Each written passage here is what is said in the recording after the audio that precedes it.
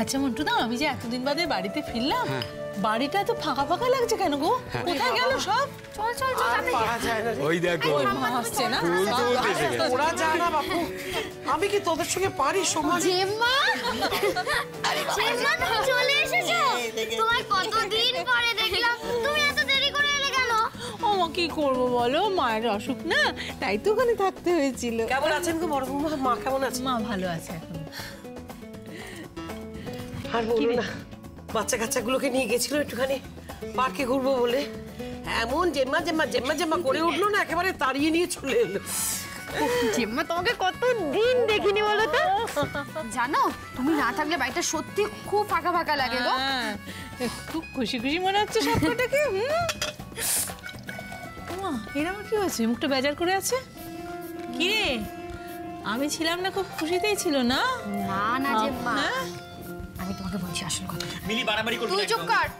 আসলে কি হয়েছে বলো তো, একটা মেয়ে খুব খুশি না তুমি? চলো ঘরে চল। সব সময় পাকা পাকা কথা শুনবে, যা এখান থেকে। করতে পার কি মেয়ে? কি বলছি বাবা, দাঁড়াও, আমি তো এটা তোমাকে বলার জন্য এতক্ষণ রেডি হয়েছিলাম। এই চুপ কর। আসলে একটা মেয়ে এসেছে। আসলে কিছু নয়, আসলে কিছু নয়। ঠাম্মা তোমাকে সব বলছি। কি মেয়ে, কি বলছে? আরে বাবা, ও একটা ছেলে মানুষই ব্যাপার, জানা পরে বলবো। বলছি যে এরা এখনো ফিরলো না কেন বলো তো? কোথায়? আমি তো আসার পর থেকে মোরকে দেখলামই না বাড়িতে। না, ও গেছে একটা ইন্টারভিউ দিতে, সঙ্গে অবশ্য ঋষিও গেছে, কিন্তু এতক্ষণে তো ফিরে আসা উচিত ছিল। একবার ফোন করবে? মা, ওরা তো দুজনেই সঙ্গে আছে, একসঙ্গে আছে। ঠিক আছে, আপনি যখন বলছেন, ফোনটা করছি আমি।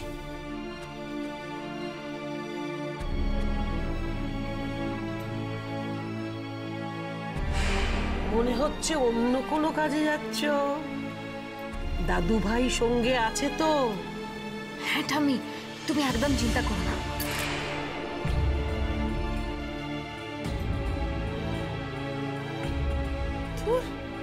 লাইনটাই তো পাচ্ছি না।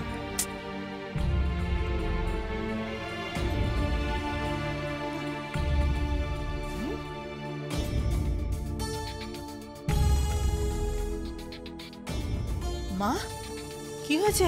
চিন্তা করছেন? কিছু হয়েছে? না না, কি বললো? না, লাইন তো পেলাম না।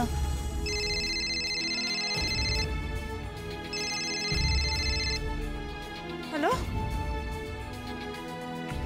হ্যাঁ হ্যাঁ ছোট, বল।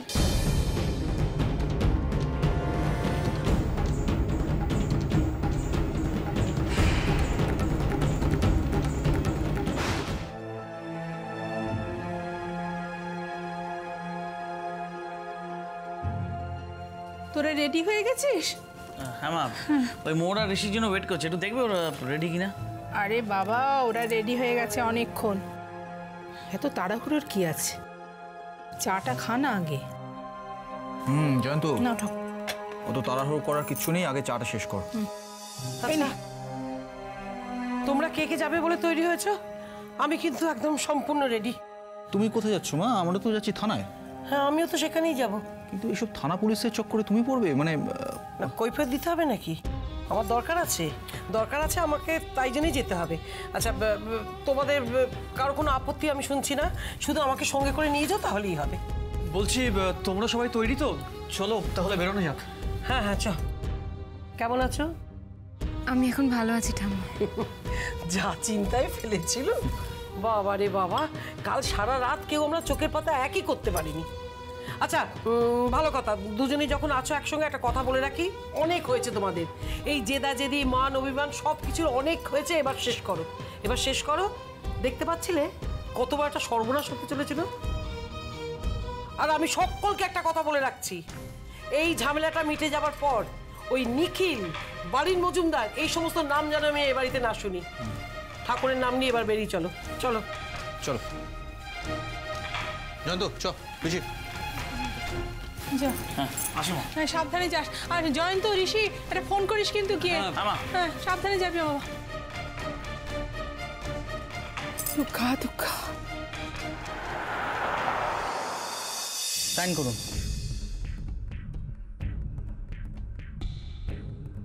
Thank you. অফিসার, স্টেটমেন্ট লেখা হয়ে গেছে, সই হয়ে গেছে, মানে দুজনের জয়েন্ট স্টেটমেন্ট। আমরা মোহরকে সঙ্গে করে নিয়ে এসেছি যাতে ওর স্টেটমেন্ট আপনারা রেকর্ড করতে পারেন। হ্যাঁ, ওনার স্টেটমেন্টটাই তো সবচেয়ে বেশি জরুরি। হ্যাঁ। বাই দি ওয়ে, আপনার শরীর এখন ঠিক আছে? এখন আমি ভালো আছি। আপনাকে যে কি বলে ধন্যবাদ দেব, আপনি যদি ঠিক সময় না যেতেন তাহলে ওরা মোহরকে বোধহয় অন্য কোথাও সরিয়ে ফেলতো।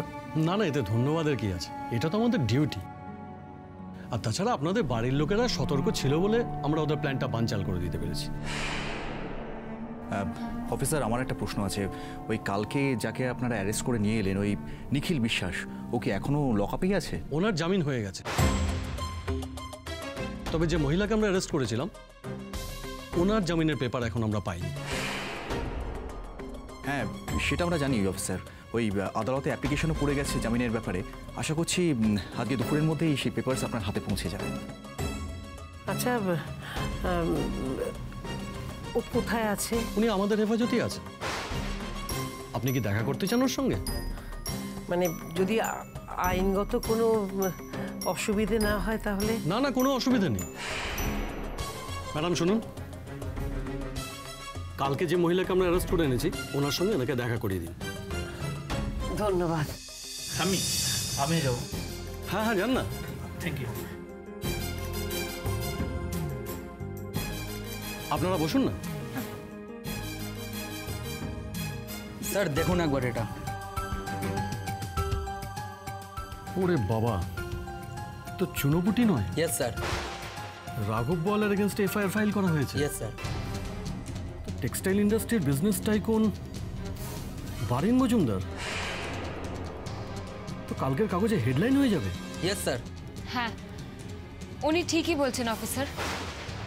বারিন মজুমদার আমার বাবা, আর আমি আমার বাবার এগেনস্টেই এফআইআর ফাইল করতে এসেছি।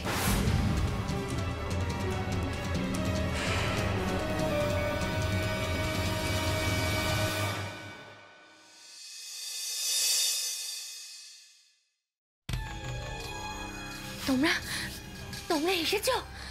তোমরা কি বলো তো, আমি তোমাদের জন্য কালকে সারা রাত অপেক্ষা করেছি আর ছটপট করে গেছি। তোমরা তো দেরি করলে কেন? কেন? ছটপট করার তো কোনো কারণ নেই।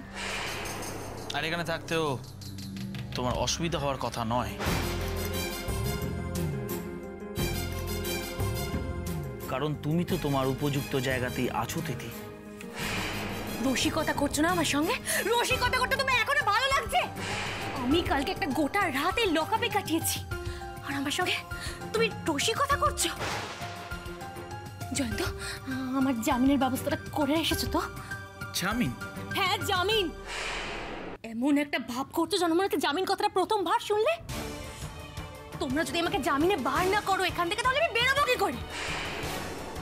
আমি তো ভেবেছিলাম কালকে রাতেই বাবা আমাকে এখান থেকে ছাড়িয়ে নিয়ে চলে যাবে। তাই নাকি? তো আর কি ভেবেছিলে?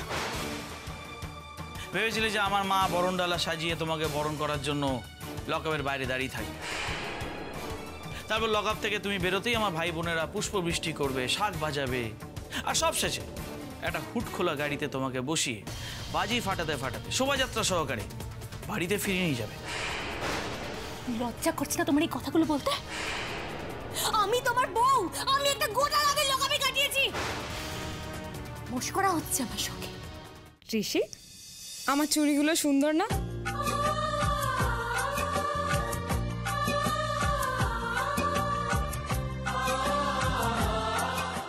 আচ্ছা, এত সুন্দর একটা দিন উপহার দিলাম আমি তোমাকে, আর তুমি আমাকে কিছুই দিলে না।